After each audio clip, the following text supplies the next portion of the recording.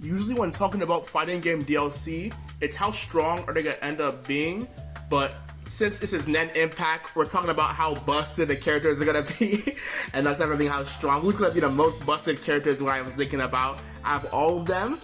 So, starting with Pitou, I'm gonna hear me say something a lot. It's gonna be potential based on the stuff they did in the show. So, for potential for Pitou, she has Dr. Blight who heals you. So, she has the potential. Only other character in the game who heals is Kurapika and only heals himself. But Dr. Blight can heal other characters.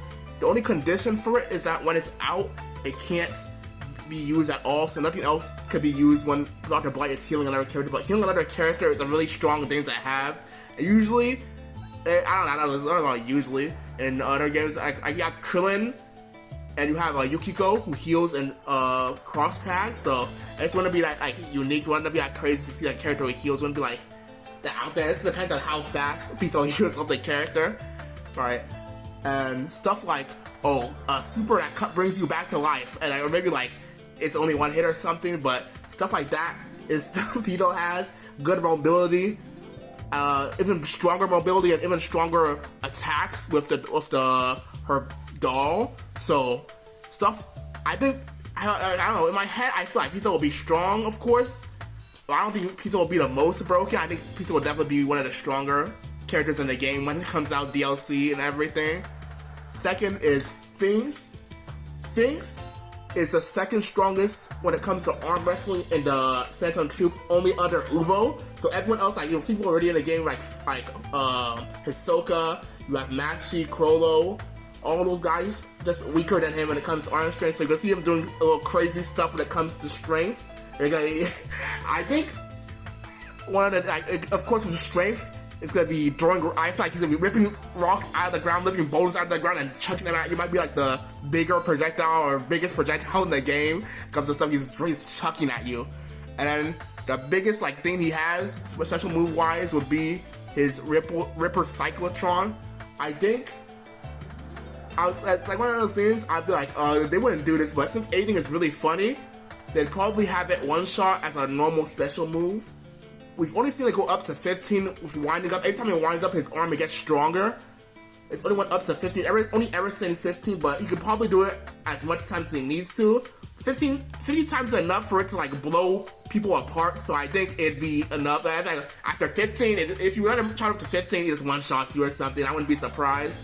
And then something else for a special move, he grabs a lot, twists his heads around. That's already 3, 4. Can have Rock Throw, can have him grabbing a lot, can have him do Ripper Cyclotron as a special move. And Ripper Cyclotron probably one shots when it gets to where it needs to get to. So that's a lot of things you can have.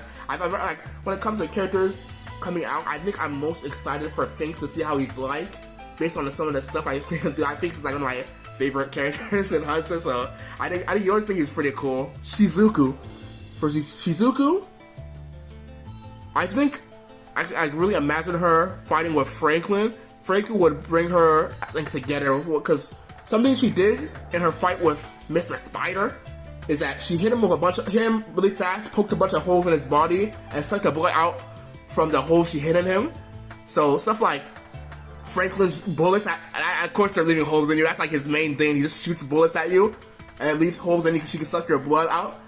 And that would be the way that could work is after she hits you and then the blood is sucking out, you have to stop her from sucking up. So you have to run at her before she vacuums your whole health bar away or something. So it's one of the characters, she can hit you and then kill you kill you while doing nothing. So you gotta be really careful. She has, only because of her condition, she can only suck up stuff that's non-living, is what the example right here.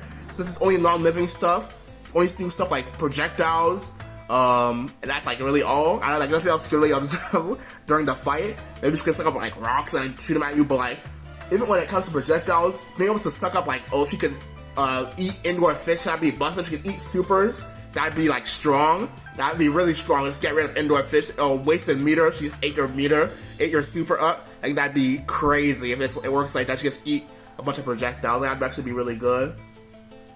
Other than that, I don't really know what she could suck up, because since it's only non-living, I don't even think she could vacuum you in.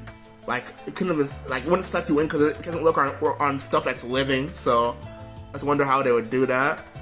I guess all the DLC characters, I want to see how they're like. There's actually interesting stuff they do.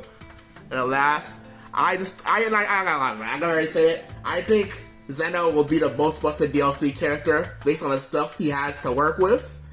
One of the biggest things he has to work with, and then the biggest things he could work with, is his son Silva. If he has Silva in his moveset, that will just make him even so much crazy. Even without Silva, he has a lot of work to go with, right? His dragon, he can fly on his dragon. Yeah, he's the only character in the game right now, or the only character will be DLC who could actually just like fly, because his dragon lets him, as you can see right here, he can like just jump on his dragon and fly. He can let other characters jump on his dragon and fly. Probably the best mobility in the game if they let him fly around like that, which they probably will since it's 80. They let him do anything, right?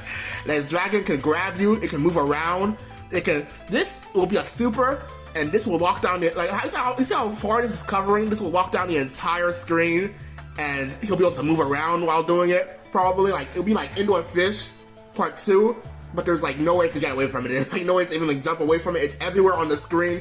You can't get away from it. Then you have his son, who's also on the screen, and you have, like, dude, there's just so much stuff he could be doing at once. So much places. He's a fast character, one of the fastest in the series, because he's a Zoldyck assassin, one of the fastest characters. His son is fast too. He's everywhere on the screen. There's so much stuff going on. I just feel like this is one of those characters who's like busted for sure. He's like that, like how Netero level 1 covers the screen. It's like this is way worse because he can move around. It's just so much stuff he's doing that I feel like easily makes him like when I think of what character could be busted. It's like it's Silva and Zeno. If they find it together, yes, that's easy peasy. But I'm really interested to see how it ends up being. Right now, I think if I'll make like a little list of who I think will be the most busted to least busted, I'd probably put Zeno at the top. Then second, maybe Shizuku second, Finks third, and then Pito in fourth.